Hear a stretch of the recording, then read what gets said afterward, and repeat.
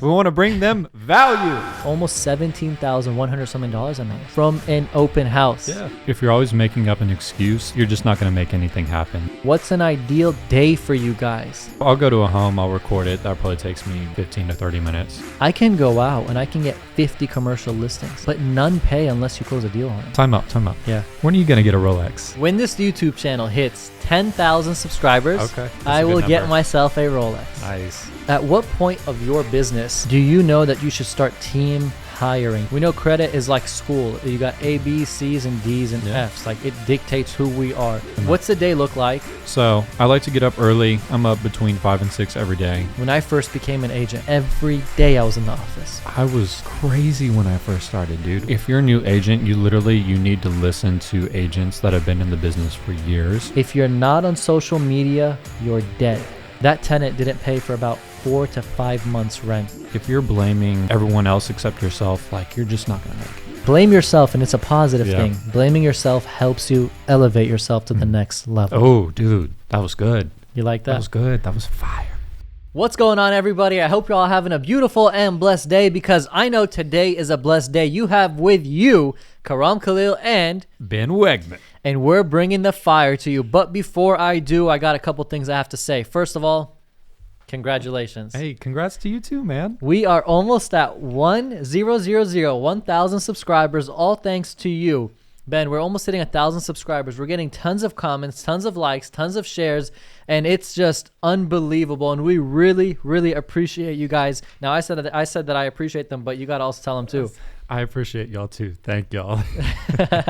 And we're blessed to have you guys with us on this journey. Somebody gave a comment and he goes, on the road to 1 million subs, and it gave me goosebumps because it just felt so real. A milli. 1 milli, yes. Just like Lil Wayne says. On this podcast, guys, we have something that's the 5-letter word, and it's dangerous, and this is all we aim to give you guys, which, you know what the 5-letter word is? I think that word is value. Value, baby, value. Karam is 5 letters too. Yeah, but yes, we want to bring them value. Value, there you go. And this value that we want to bring to you is within real estate, within business, and within anything that we know that we can pour onto you. So guys, if you're not, by the way, I'm going to do a quick plug. Following me on Instagram or Ben, we're going to have Jesse throw that in the air right there. Yeah. Right? Follow both. Yeah. You know why they have to follow both of us? Because we ask you guys to ask us questions, and on the podcast, we're going to start answering those questions. And on this podcast, we got about 5 to 10 questions we're going to answer, and we're going to say your name, whoever asked that, and then we're going to answer it for you. And in this podcast, we're talking about the stock market. It's been bloody. Man, crazy. I know that you're investing in the stock market, so you get sweaty when it goes down. Yeah. We're going to talk about cars. Ben is looking to get a very beautiful car that I support, but Dave Ramsey wouldn't support. Yeah, well, at least you support it. Thanks, man. And then we're talking about real estate, accountability, and most importantly, we're going to be answering the questions that you guys have. So to start it off, Ben, the stock market, how are things looking? Oh, man, dude, the past 5 to 7 days, bloody. We've had like one good green day, but the rest, oh my gosh. Yeah, I hear you. It's been bad. It's been brutal, and there's a lot going on with interest rates. There's a lot going on with inflation. There's a lot going on with fears of just this market being sketchy and not being trusted. Yeah. Do you trust this market? Yeah. I trust it a little bit. I'm a little bit invested. How about you? Are you invested at all? $0. $0. Not like right there. That's not even a penny. Look at it. Wow. I think if you let you, I just got you. Oh my gosh. What are we, 12? $0. Wow. And it's because I don't trust the market we're in. But let me tell you what I'm doing. Yeah. I'm like this. Yeah. A vulture. You're ready to pounce. I'm ready to pounce. Yes. What does pounce mean? It's like a tiger, like, I'm going to pounce on you. Okay, yeah. Vulture, I don't know, like, vultures swoop in. Yeah, they swoop. That's what they do. Yeah. And let me tell you why. Because I think everything is overpriced. I think this water that you brought today is overpriced. I think it's underpriced. Well, we beg to differ is what they say. But the stock market's overpriced. I think that there are things being valued 10, 20 years down the line when today they're projecting no income, no revenue, no profits. Just doesn't make sense to me. But there's so much arguments against that. But that's just for me. I just don't feel safe in this market. Yeah. I feel everything is just kicked down the road is what they call it. Kicking the can down the road. That makes sense. But you're invested into it, so got a little bit of money in it. You're not worried about the market and how things are going. Do you invest what you can't afford to lose? No, I'm not silly. Yeah. Interesting. I can't just throw away all of my hard work. So you only invest, like, if you lost it, you're cool. If I lost it, I'm good. I'm good to go. Yeah. Okay, I got it. Now, are these investments that you're making, are they supposed to be paying for that vehicle that you're trying to get? That nice car I'm trying to get? Yeah. What is it, by the way? The Lamborghini Urus. You're crazy. You're wild. Dude, car prices are so crazy right now. Well, it has to do also with supply chain. Has to do with the CPI, Consumer Price Index, year over year just came out 6.8% for this month, basically stating everything is getting more expensive. So car prices are a big part of it. Has to do with also what do they call it? The shortages that they have with the chips. The chip shortage, The chip shortages. But you're looking at a new one, a used one. Are they even on the market? Well, I wanted a new one, but you literally cannot get a new one. Like you just can't. You go on cars.com. Back ordered? Yeah, everything is just, it's already claimed. Like all the new ones that they produce, like everyone's already kind of reserved for them. Like if you go on cars.com or any of those websites, literally you won't find a single new one. Even the ones with like low mileage, the used ones, even ones with high mileage, like the prices are just crazy right now. What would you consider high mileage for a Urus? Well, I would want to keep it, me personally, I'd want to buy one with like 5,000 miles or less. Wow. Yeah. So you're looking at somebody who barely drove it. Exactly. So it still feels brand new. So like the leather is still all pretty and everything. Do you go to the leather and go? I don't do that. But it's a fresh leather though. Yeah, no, I know what you mean. Do you have a Louis Vuitton wallet? Go Yard. Okay, but well, I have Louis Vuitton, so that's why I ask you. When you first buy it, it smells so fresh. Smells really good. Like the real leather. Yeah. No, I know what you mean. Yeah. Yeah. So I'm sure after like 5,000 miles, it'll still smell really good. Yeah. It better. Now, speaking of the car smelling fresh, Ben, this is a question that I personally want to know. Okay, let's hear it. What's the color combination? Dude, I just love all black. You know what's so funny Hold is everyone up, black and black. Well, black exterior, black rims. Ideally, it would have red interior.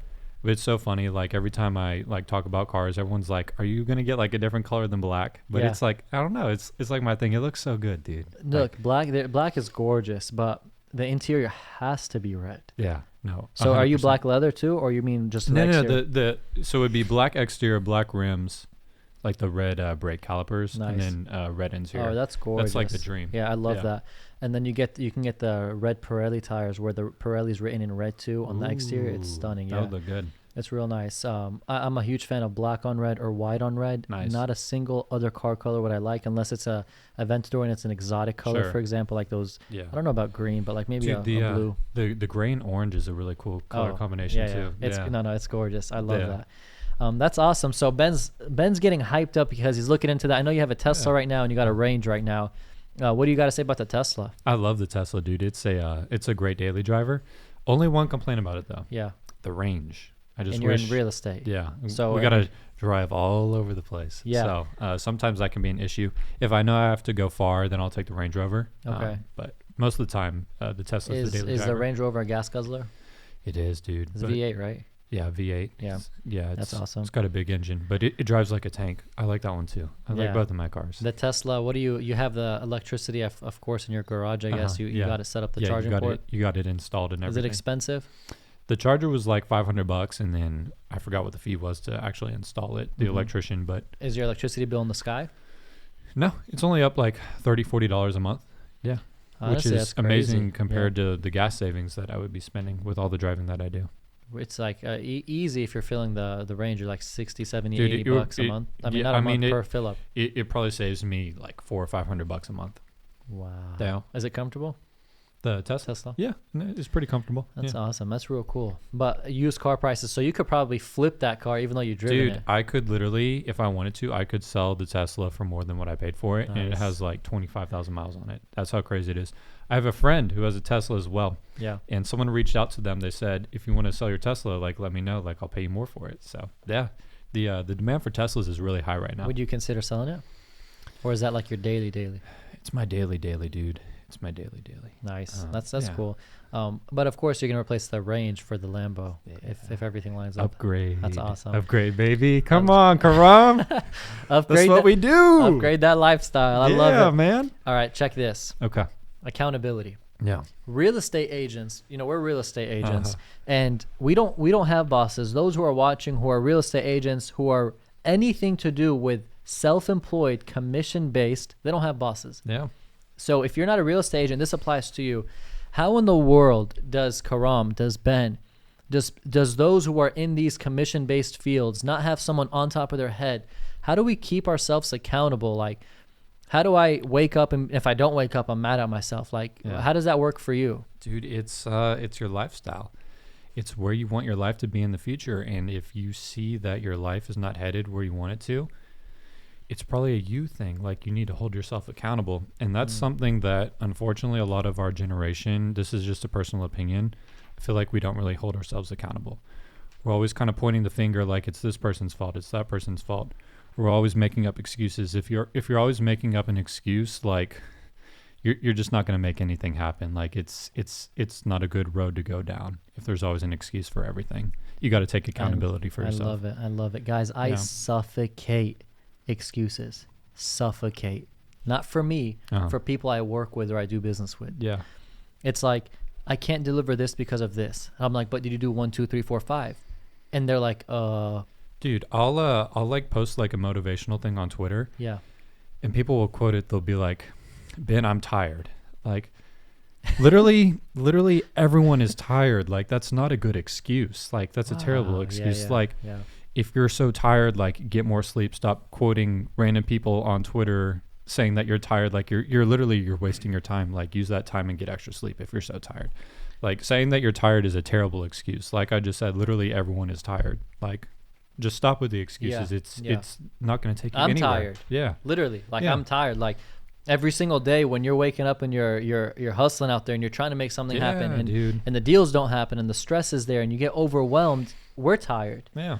But we don't portray we're tired. And the person who comments and says I'm tired, they're almost speaking that into the world. Yeah. Like, I'm tired and you're just going to stay tired. You know? It's a lot of people, dude. It's just like, I feel bad. Is it like you get backfire when you post these quotes and stuff? You feel like from certain people? Dude, I feel like because they see that they see that you're winning, and they're just like, I'm tired. So they just kind of take it out, I guess, on how you post stuff.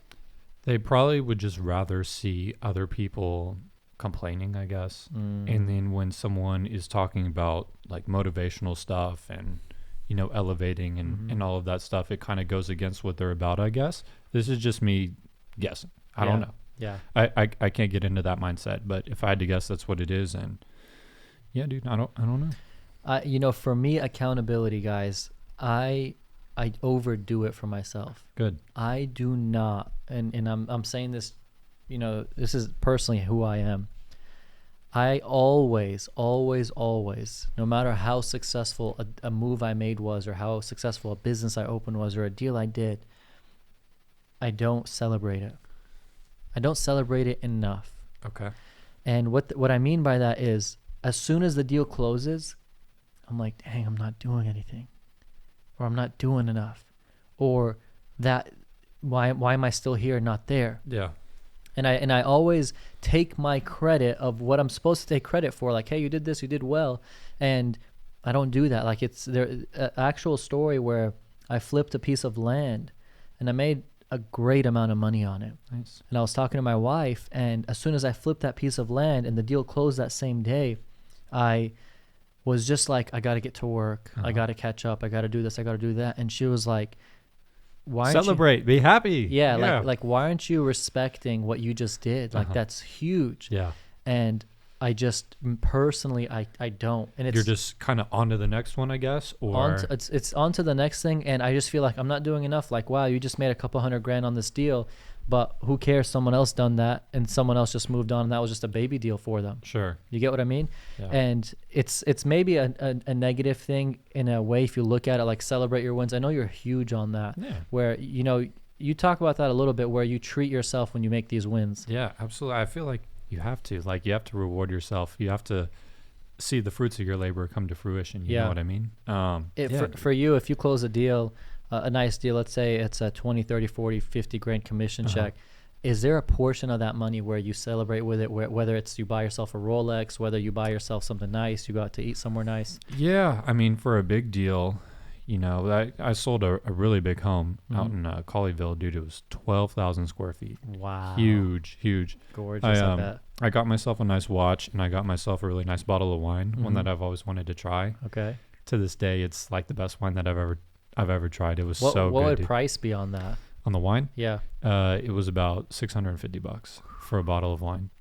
But I don't know where those rank or how those prices are. It was amazing. It was a so there's like a scale from 1 to 100, like a flavor scale, and this one was a 100, which is super rare. Like there's like none of that. Yeah. And so it was awesome getting to try that. Yeah. That's crazy. So you treat yourself. Well, yeah, you got to, dude. Nice. You got to celebrate it. Yeah. So when I make these deals, like it's not I don't treat myself. Like I'll go get that nice tomahawk steak. I might buy myself. Wait, hold on. Time out. Yeah. When are you gonna get a Rolex? I always get on him. I tell him he needs to get a nice Rolex, dude. It hits different, and this is gonna sound like oh my gosh, but it hits different when you're like driving and you look down and I've heard that, and I've heard that from you. Ben keeps telling me, Karam, get a Rolex, get a Rolex, and comment down below if you think that Karam should get a Rolex. Okay, see, I'm a YouTuber now. Yeah. Listen to this. If I get a Rolex, what's the price range? Should I buy one? Well, I mean, if you want to get a new one, you don't want to go like crazy, which is totally fine. Yeah. Like any Rolex is nice. Something nice. You're probably spending around 10 to 15, I would say, entry level, which is so crazy because a few years ago, I remember you could get a Rolex for like $5,000. Now it's just impossible. They sell out. Demand is just super high, and the watch game is crazy right now. That's crazy. So 10 to 15 grand, and it's a nice watch, of course. Do you think it's going to sustain its value 100%? Yes. I mean, people literally invest in watches. Nice. Yeah, because they hold their value. I know you invest in shoes, right? You know, the shoe game and stuff like that? Yeah. You got some interesting stuff cooking up for that? Yeah, we got some stuff coming. We'll kind of leave it at that. Yeah, Ben's got some interesting stuff keep it on the DL, yeah. So about the Rolex, here's my answer to everybody for that and for Ben on the Rolex. Yeah. So when this YouTube channel... okay, because I'm gonna put it on them. Okay. When this YouTube channel hits 10,000 subscribers, okay, I will get myself a Rolex. Nice. And I think the price range will be 10 to 25K. Is where I'll spend for that. 10 to 25K. So you might get a real nice one. A real nice one. Okay. I don't like to go we didn't talk about it, but in the stock market, I like to go all in, which isn't the right investing. Yeah. Same for things that I buy for myself. Either I can get the thing that I want, or I chill out and I don't get it. Gotcha. 10,000 subscribers. So hit the subscribe button if you want to see me with a fly Rolex. We'll get there in no time. And let me tell you something. How about this? Let's hear it. We go together, we vlog it. Okay. And we put the segment in here on the podcast channel. Like the title is going to be Karam finally buys a Rolex after Ben hounds him for getting a Rolex. After Ben keeps pounding on me for it. Okay, so 10,000 subscribers. We'll do a video vlog with that. So we'll do a podcast, and then we'll just kind of throw up the vlog. Cool. Just a short 15, maybe like a 5-minute segment or something like that. Yeah. But we'll make it happen. Okay, so we got that. So Ben, we got some questions on Instagram that people were asking. Nice. And they want to know. So here's the first question that we have. We're just going to dive right into it. Now, if I don't say the names right, I'm sorry, but it's okay because every day people don't say my name right, even though it's not hard. Mine too. It's like Ben. No, the last name Wegmann. It's like where's the DG? Thank you. Like no. Anyways, continue. Wegmann. That's hilarious. We got this from Tidarius Latson. Okay. That was for sure. Tidarius. If you guys don't mind, it would be beneficial to a lot of agents, including myself, to know what's an ideal day for you guys. This is good. Also, how long do you spend prospecting for new business, creating content on social media, and at what point in your business do you guys recommend starting a team / hiring an assistant? Nice. Now, he finished saying, looking forward to watching it next week. Nice. So he is confident that we're answering him. Yeah, well, he's so confident that we're not answering it anymore. No, I'm just kidding. Okay, I'm just kidding. Okay. Now his question was loaded. A loaded question. But in short, good question. What's the day look like? And we'll kind of take it from there. Day in the life of a real estate agent. Karam just woke up. Ben just woke up. Like, kind of, how does your day? And I'll say how my day is. Yeah. So I like to get up early. I'm up between 5 and 6 every day. Nice. Starting my day, I like to kind of meditate, work out, and take care of my dog. That'll usually take me doing all of that, a good 1 to 2 hours. Then I'll start doing my email and everything. Start following up with people. And then really just like the showings, closings, just whatever I have lined up for the day. Nice. My day probably really starts around 9 a.m., I would say. That's cool. Yeah. Nice. I love that. Yeah. Let me ask you this. So you have your showings and your closings and things like that, just depending what's lined up. What if you have nothing that day? I go get content. Really? Yeah. I love that. Yeah. So he fuels content. So if the day's not that busy, you don't just sit for a day and be like, let me just recycle something, or you just keep hunting. You keep trying to get fresh. Oh, I keep going, man. Yeah, wow. you gotta that's impressive. Keep bringing people the good content. No, I love that. That's impressive. Okay, so that's his day. So my day is going to be somewhat similar. So 5 a.m. I'm awake, maybe 5:20, maybe 5:30. Or 5:01. Or 5:01 from the last podcast, if you remember. Yeah. So as soon as I wake up, I'm probably not going to go into that much detail. Okay. But as soon as I what does that mean, Karam? I come to my office, which is in my house. I sit on my computer. I make sure that I do not use my phone at all. Nice. Unless I'm posting a quote, which I'll wake up in the morning and I'll post a quote on social medias. And then I'll just kind of go through my social medias, kind of go through my real estate business, kind of go through things that I got that are in the line of works, businesses that I'm trying to get started, worked on, elevated in that sense, up until maybe 7:38. Okay. And when the sun starts to come out, I start to stress out because I'm like, man, clients are waking up. Man, they're gonna need something. The world's gonna wake up. Things are gonna start to happen.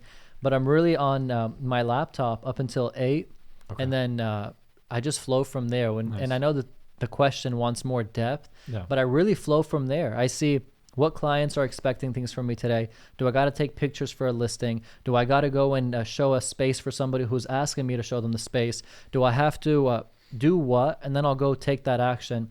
If I have no business that day, I'm behind the scenes in the office on my laptop, scoping things out. Nice. Scoping what's new on the market, scoping what opportunities there are, scoping do I have any shopping centers or leases or listings that I can get at, do better at, market more, and just kind of behind the scenes do, I would say, work. Nice.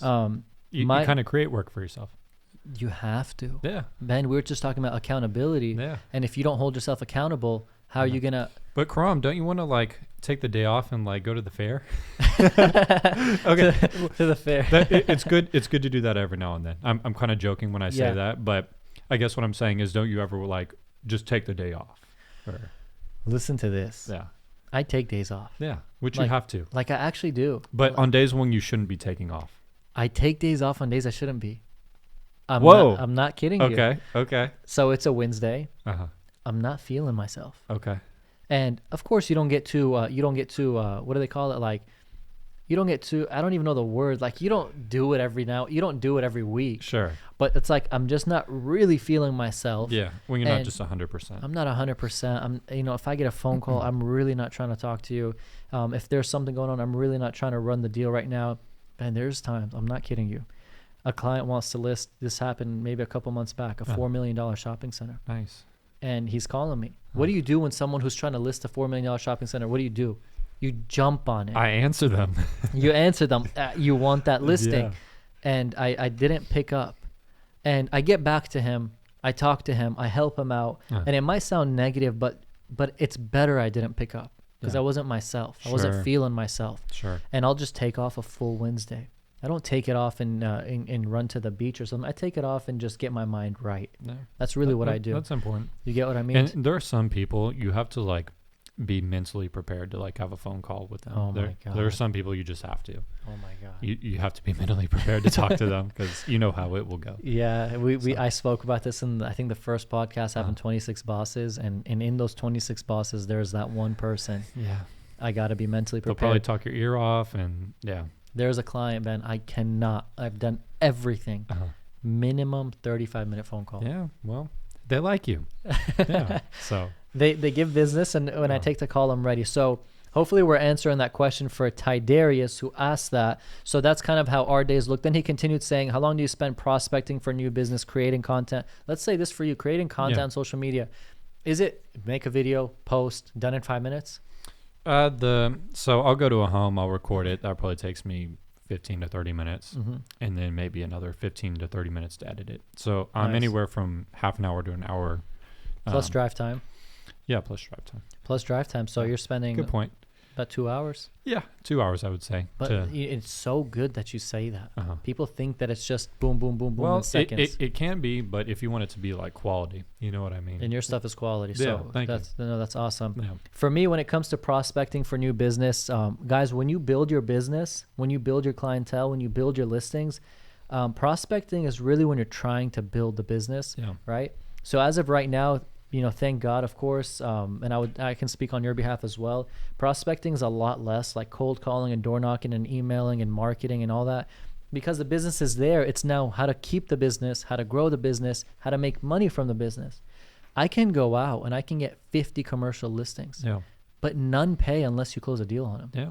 So it doesn't matter. Let's answer his question though, because a lot of people aren't, in the position. Okay. So go ahead for prospecting. Prospecting, like you said, cold calling. I know people that do that. People even door knock. They'll go knock on your door. Hey, you want to sell your home? The market is hot. I couldn't do that. No way. I couldn't do that. I wouldn't even be comfortable cold calling, honestly. I'll just be honest. That's not my thing. Obviously, social media, we talk about that all the time.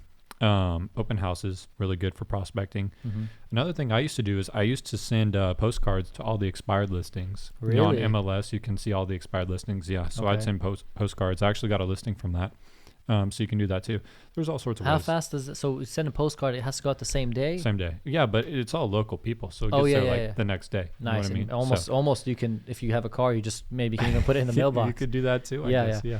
That's cool. Okay, so here's I'm gonna touch on open houses, guys. I did an open house for a house for $400,000. I was the agent for it, and it's a $12,000 commission check. $12,000. That's the Rolex. Yeah. Right.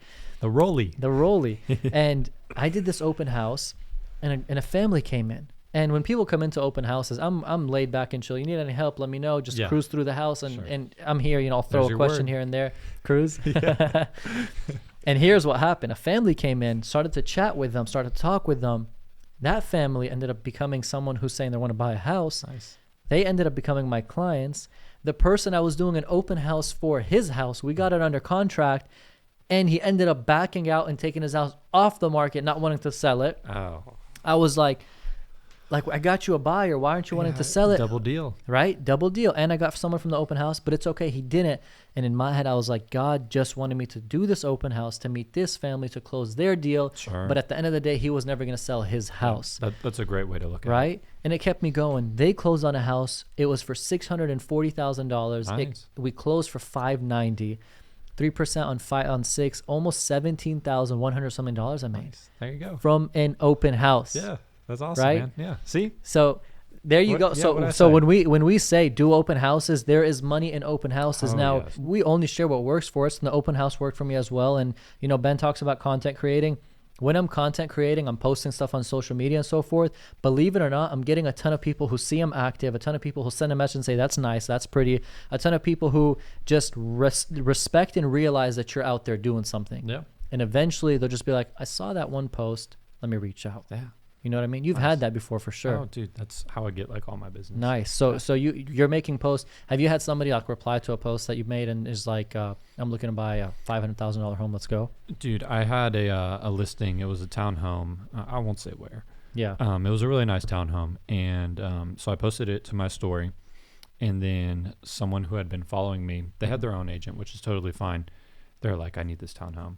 So them and their agent, literally right after I posted it, all cash offer. Wow. Yeah, way over ask price, and my sellers were. So you listed on your social media as a listing agent. I posted it on my social media, on my Instagram story. The guy was following you. He was following me. He already had an agent. Again, that's fine. There's so many agents. I just assume everyone already has an agent. But they'll dump their agent for you, Ben. Everyone will dump everyone for me.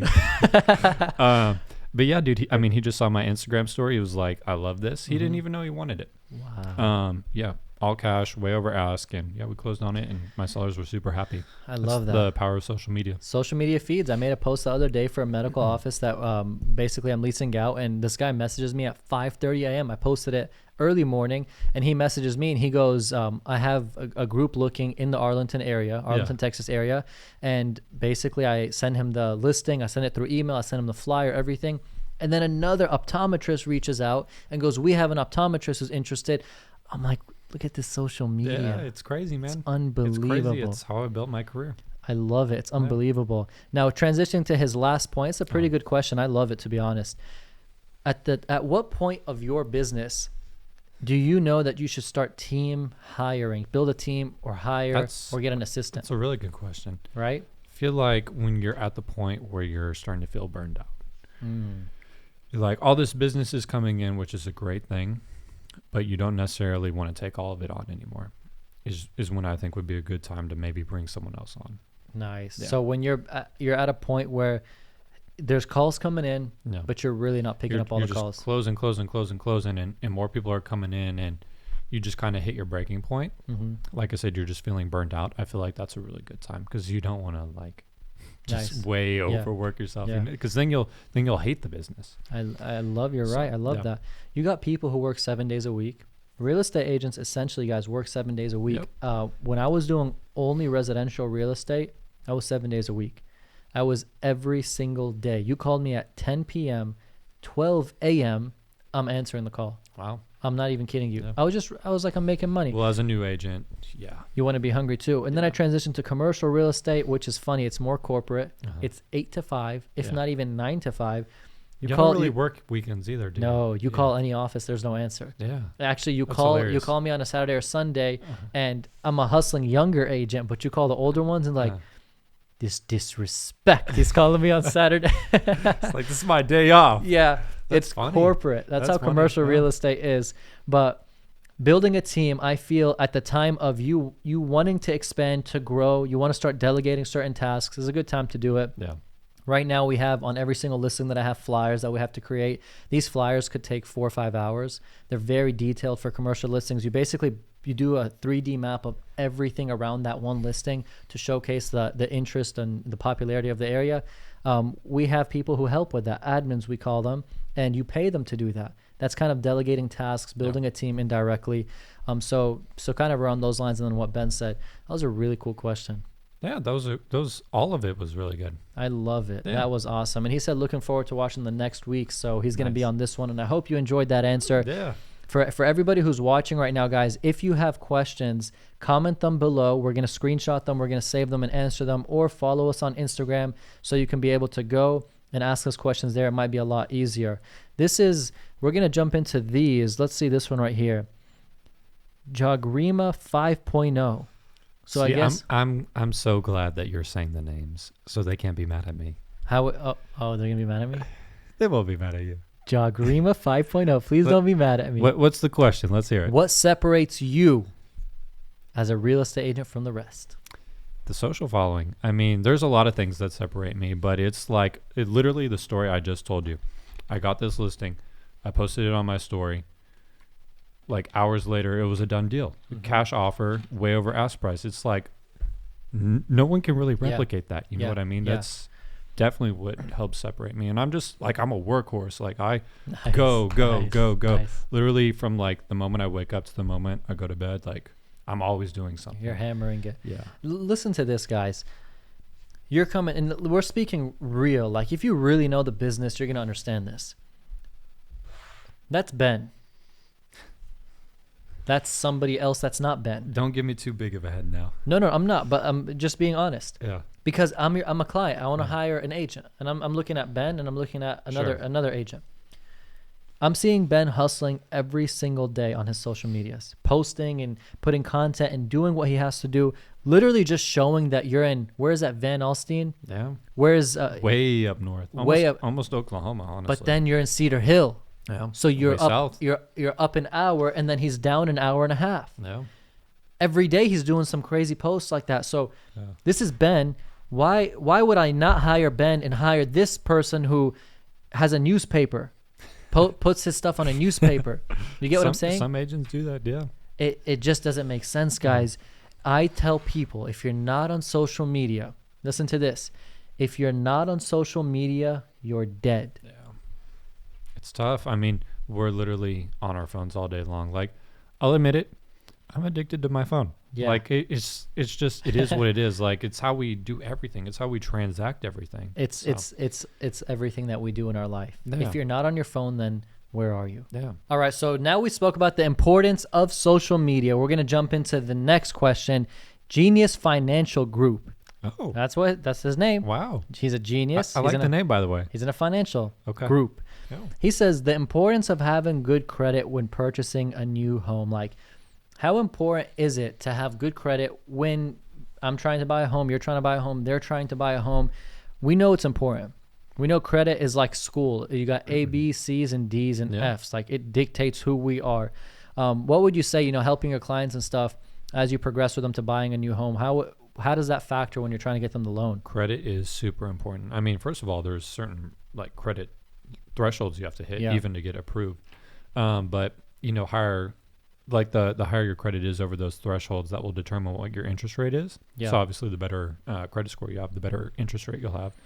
And the lending team that I use, they actually have an in-house credit repair person, which is great. I love that. So if your credit isn't quite there, you can just go to them. They'll get your credit up, and then you can get approved with them. It's great. I love it. So it's almost so if you want a 5% interest rate, that means you have a very bad credit, because in this market you're getting at a 3%, 2.8%. Yeah. The better, the lower. The lower the interest rate is essentially means that you're paying less to interest, more to your equity. Correct. So you want to have a good interest rate. That means you want to have good credit.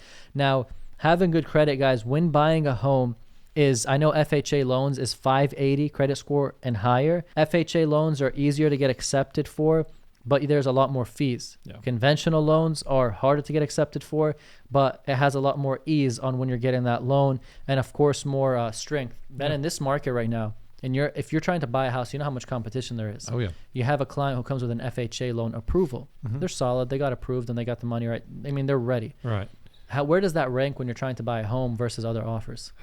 Well, conventional is definitely stronger. Obviously, cash is the strongest. It kind of goes, in my opinion, cash, conventional, FHA, VA. Unfortunately, VAs, like, this is really bad, but they're kind of looked down upon because most of the time they're putting no money down. Yeah. That's the only thing. If you can get a conventional loan, it'll definitely strengthen you and make it better for you. So let's say you're looking to buy a house for yourself. Right. Would you wait to get your credit up, to get approved, and to have a stronger loan like a conventional loan, or would you run today and just get an FHA and try to make it happen? Or would you wait the 3 months, 4 months? Yeah, I would strengthen my credit so that I can get a better interest rate, get a stronger loan program, and help me win. Interesting. Nice. I love that. Some people are in a time crunch though. That's just me. Yeah. Some people, they need to move like next month. You know what I mean? But if you have time, kind of wait it out and do it the right way. I love that. And he mentioned getting you guys the better interest rate by raising your credit score, by getting qualified for the conventional loans. Keep in mind, in this competitive market that we're in, when we're getting literally in our inbox 25 offers, you're getting cash offers, conventional offers, VA offers, FHA offers. Yeah.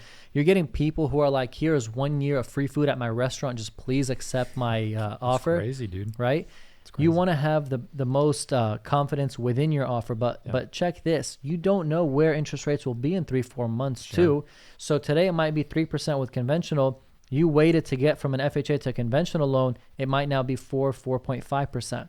Now, I don't think it'll jump up that high within 3-4 months, but I was about to say you're going to scare people. Yeah. It won't happen. It won't happen. Yeah. Of course, there's regulations and all that, but there's risks that you could take by waiting it, but ultimately you're buying a 30-year loan. Sure. So that 0.05% matters. Yeah. That 1 point matters. Yeah, you can do 15-year too if you want. There's all sorts of different loan programs. For sure. Yeah. So hopefully that answers the question for Genius Financial Group on how important it is to have yourself when you're purchasing a new home. Summed up quickly, credit is very important. Beautiful. Very important. So summed up quickly means we're going to cut the whole previous and we're just going to summed up quickly. It's good. I'm just messing. You did good credit. We got a question from somebody with the name of Karam Khalil AK. Okay. Are they related to you? Khalil? It's crazy to say. Karam Khalil? I don't think I've ever heard of that person before. Okay. What's their question? I'm just kidding. That's my brother. Really? Yeah. Oh, hey. AK in the house. What's the question? He's got a pretty good question, which kind of shifts us a little bit. What changes do we see coming in the first quarter of 22 for housing, banks, etc.? To sum that up, what are we seeing with the housing market? I mean, we're like 3 weeks away, right? Yeah, we're almost there. So nothing. Yeah. Do you see something happening for the housing market? Start of 2022. yeah, not much will change. Not much happening. Not much will change. My answer to that is 2022, the start of it. I don't see much happening. Q2, Q3, Q4. We're entering the most I would say important moments of the real estate market, because the Feds start they in 2022 ending to 2023, they want to start having interest rates go up, yeah. Right? They said in the beginning, they said 2024 they were trying to raise the rates. Yeah. Now they said 2023 late, and then they're putting it 2023 early, and who knows, they can wake up tomorrow and just say 2022 Q4 we're doing it. Yeah. Right? So the answer to that is interest rates ultimately, guys, for those who don't know, to an extent, run the world. Interest rates, when they're low, motivate people. It's a big statement. It's a big statement, right? Run the world. Run the world. They're super important. Yeah. Makes people, it's what we call stimulating the market. It makes people take more loans. Businesses take loans.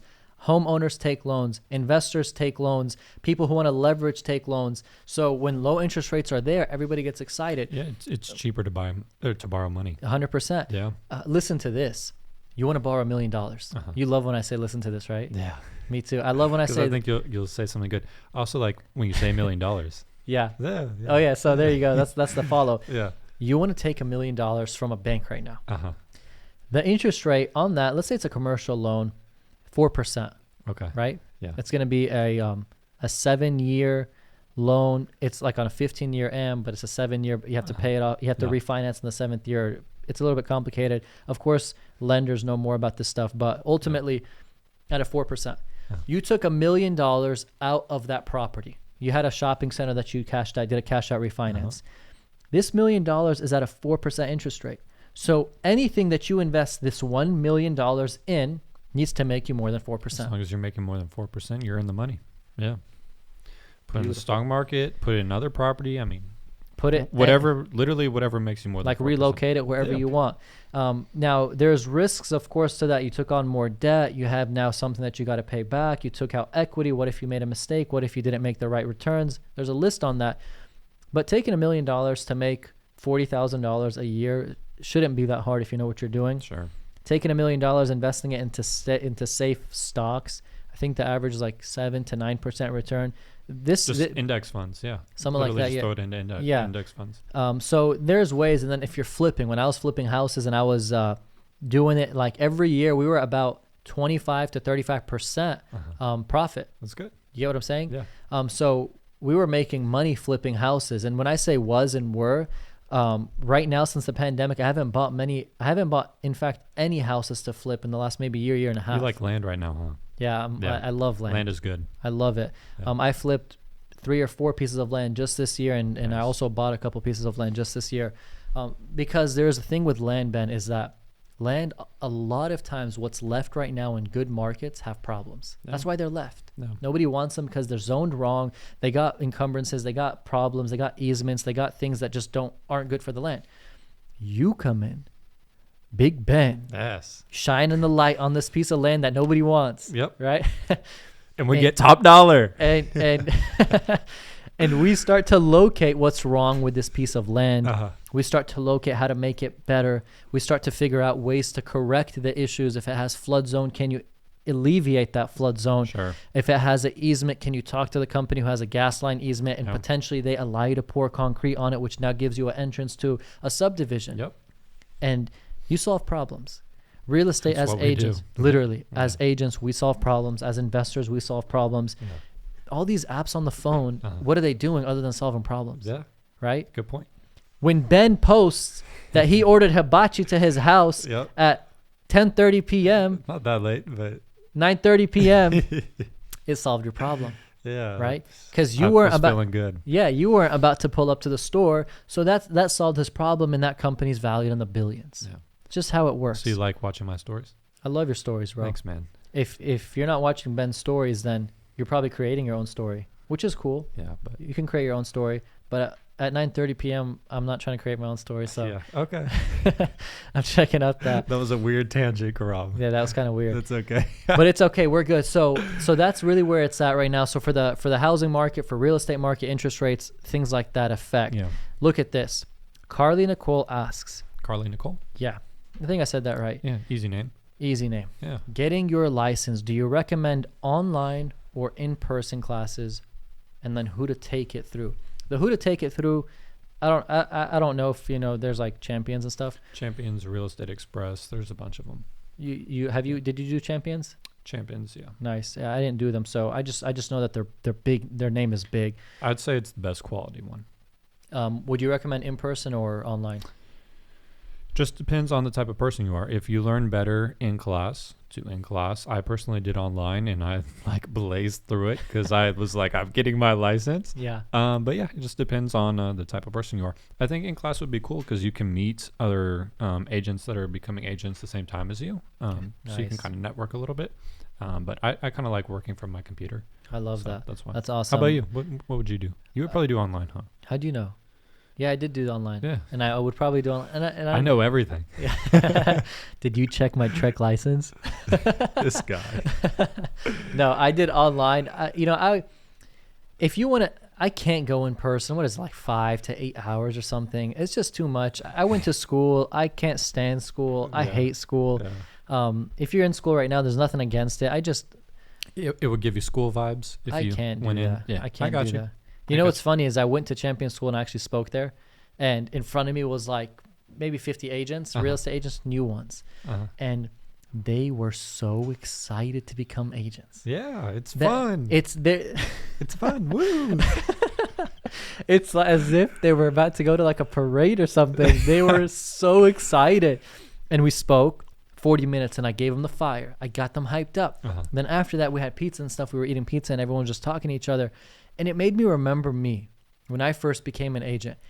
Every day I was in the office. Yeah. Every day I was hustling at it. Every day I was finding and learning and asking new things. Yeah. Yes, 100%. Like I was crazy when I first started, dude. When I was living in an apartment, I didn't have my dog, so I had like literally no responsibility. Yeah. Dude, I was out literally from the morning I was up till I went to bed. Like I worked like crazy hours, dude, crazy hours. But it was fun. It was fun, and I knew I had to do it. You know what I mean? Okay. Yeah, that's just the business that this is. Like, interesting. So your first year, yeah, dude, like I put in crazy hours. I love that. Yeah, that's what you have to do. It made me remember because they were so hyped up, they were so excited, and I was remembering me when I was hyped up and so excited. Yeah. Ben, you said a beautiful statement. Everything I say is beautiful, but this one was bang. This one was on podcast number 1. Okay. They drop like flies. I remember that. Yeah. Right? And there's so much truth to that. So we were talking about real estate agents, new ones, and coming into the market. If you want to win, you're going to win. Yeah. We're not saying you can't or you won't. What we are saying, though, is we had the same hype when we first became agents. It's literally like you're about to go to a party. You're so excited. Every day you're working towards it and you're just learning new stuff. Yeah. It gets you going. But what happens in the first month, second month, third month? Yeah, when you're not closing stuff, you definitely lose motivation. Nothing's coming in. You're not getting where you want to get. The first 2-3 weeks is cool because you're setting up your email, you're setting up your DocuSign. Dude, if you're a new agent, you need to listen to agents that have been in the business for years. They're all going to say the same thing. Literally, they're all going to say the same thing. They're going to say your first year is going to be very hard. Your first 2 years are going to be really hard. Like you got to save up money before you get in the business. If you listen to these people, then it won't come as a shock to you, and you'll be like, this is what everyone has been telling me. Like, it's fine. Mm-hmm. Like, I just need to stick through it. I'm going to close these deals, and, I'm going to make it happen for myself. I love that. I feel like that's super important. I really love that, and that's really what we try to give as much as we can on this podcast is to give you guys value, to give you guys that encouragement, that motivation. We talk real stuff, meaning just because we say majority fail doesn't mean you will. You're literally on this podcast because we want you to win and you want to win. I would say majority of people that listen to our podcast and podcasts similar to ours will probably be successful because 100%. I agree with that 100%. Yeah. There's something that I wanted to say, kind of slipped my mind, was it came back to my mind now. That was quick. Why do people pay mentors $100,000, 50 grand, 20 grand to have them once a month, or to sit with them for an hour, or to learn from what they've done or they've accomplished? It's not because they like to spend money. Common sense. Go ahead. No, I want you to say it because it's just common. It's just right there. It literally will fast track you onto getting to being successful. They'll teach you all the things that they did wrong, so you make sure that you don't do them, and they'll tell you all the things that they did right, so you can do them. It's literally fast tracking you to success. It's sorry to like take that from you. No, it's beautiful. Yeah. I bought an investment property. Nice. I got a tenant inside this investment property. Nurse. Everything checked out. Good credit, beautiful family, everything was clear. But I did it on my own. I got her in the door on my own, right? That tenant didn't pay for about 4 to 5 months rent. If I were to have someone who had more experience than me at that time, when I got that tenant in the door, I wouldn't have had that mistake. I wouldn't have lost cash flow of maybe $5,000 to $6,000. I wouldn't have lost sleep. I wouldn't have had to evict. So when you come to me and say, Ben, you're like, Karam, I'm going to charge you 20 grand. You're going to be with me for every month, once a month. Ask me any questions. Ask me anything that you need. I've done it. I was there. I made it. I'm successful. Yep. You don't pay that money just because you want to pay that money. You pay it because you don't want to make the same mistakes. And you know the value that it'll bring. You know the value it'll bring. It'll speed things up. You spend 20 grand and you make, 2 million. Look at that. Whatever it is. Look at that. An agent who's been in the market, who's crushing it for 5, 10, 15, 20 years. Why would you not listen to what they're saying? They've probably seen a thing or two. Ben, to survive as a real estate agent, family, pay bills, to make commission for 5, 10, 15, 20 years, it's not easy. Yeah, no, it's not. And you got markets that are cycles that go up and that go down, and you try to survive. It's brutal. So take it from those who have that experience or who have done well. Because sometimes it's not just being in there for 20 years. Sometimes that person who's been in it for 3, 4, 5 years learn from the one who's been in it for 20 and they're dominating. Right? Or sometimes that 20-year person, this is a lot, this is detailed. That person who's been in it for 20 years doesn't know the new market. Doesn't know the social media. Doesn't know these NFTs. Doesn't know the cryptos. Doesn't know where this metaverse is going. You're about to see Ben pulling up in the metaverse like this, selling houses in the metaverse. Who knows? Just swagged out. On the metaverse. But you got to buy the NFT if you want the Rolly. You got to buy the NFT if you want the Louis. So you have to make sure. You got to be on it for sure. For sure. So was that even a question? Yeah. Oh, well, that was a question about should you take it online or in person. We both think online, but that's just, that's just us. Personal preference. It's because we don't want to spend it almost feels like school and we don't spend the time there, I guess. Online you can, I know I dozed off here and there, but anyways, that's the answer. So those are the questions that we're going to stop with answering for everybody who asked those questions, but we really appreciate them. They were amazing. They were fun. And, I'm going to have to give the top question to all the questions were great, but my top was Tidarius Latson. This is something that, he gave, it was a deep question, but I think it was a really good question. All the questions, there's no bad question or wrong question, but we want to motivate you guys to give us great questions, to give us questions that help you. And, he spent the time typing that long message up. So, I loved it and I loved all the questions. What do you think of the questions? I love them too. You do? Thank you guys. Yes. And I love all of y'all. Wow. I'm a nice guy. You're so nice. My man. My man. Awesome. Okay. So we spoke about in this podcast about accountability. We answered some questions for y'all. We spoke about the stock market. We spoke about cars and what's going on there, how Ben's trying to wall out picking up a Lamborghini. Is it Urus or Urus? I think Urus. I say Urus, but I think what? I go back and forth. Yeah, me too. Urus. I sometimes mess up. And whatever I'm feeling for the day, I guess. and we spoke about things that real estate agents can do to win. This is podcast number 3, and we came at it hot. Yeah, man. We came podcast 1, 2, and 3. It was very fun. And I hope you guys enjoy it. We hope that you guys enjoy it. Is there something that you want to leave everyone off with? I think on accountability. Leave them off on, something that, being accountable, how important that is. Leave them off with something that you think they should sleep on after the podcast. It's literally everything. It goes back to what I said, just because I believe so much in it. Like if you're blaming everyone else except yourself, like you're just not going to make it. Like that's just what it is. Like if there's always an excuse, if it's always someone else's fault, nothing good is going to come from that. Nothing good is going to come. I'm going to jump on that so we can end the podcast, but I'm going to jump on that. Ben, you have people who are new real estate agents who join a brokerage. 2-3 months later, go to another brokerage. 2-3 months later, another brokerage. They are pointing their fingers at the broker as the broker's problem. fault. Yeah. What do you think of that? No, it's like the broker consists of maybe like 10% of your success, I would say. Like it's you, like you generate everything for yourself. 100%. Like the brokerage is not going to make you successful. It'll help you a little bit, but it's not going to ultimately make you successful. It'll help you, but it won't make you. Yep. So don't blame the brokerage. Don't blame Ben. He did nothing. He just made a podcast to help you guys out. Yeah, don't blame me. Don't blame Karam. Don't blame me.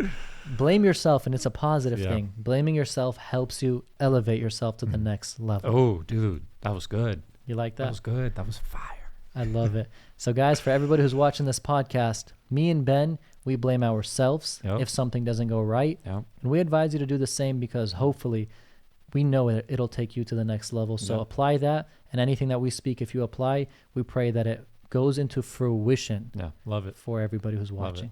That was good. All right, guys, there you have it. The podcast is coming to an end, sadly. Oh. And we want to ask everybody, Ben, you're a YouTuber now, so we need you to ask them for a couple of things. To hit the like button, to subscribe, to share. Go ahead, do your thing. You kind of said it for me, but yeah, hit the like button, subscribe, share. We would really appreciate it. That's awesome. And guys, any questions you have, any help that you guys need, anything that me or Ben, I'm putting Ben involved on the spot. No matter how busy we are, we will do our best to get back to you and give you guys answers. Thank you all so much for watching. Much love from me and Ben and from the rest of the hustling world out there. Thank you all so much, and both of us, we're out. Peace. Episode 3. Let's go. Let's go. Nice.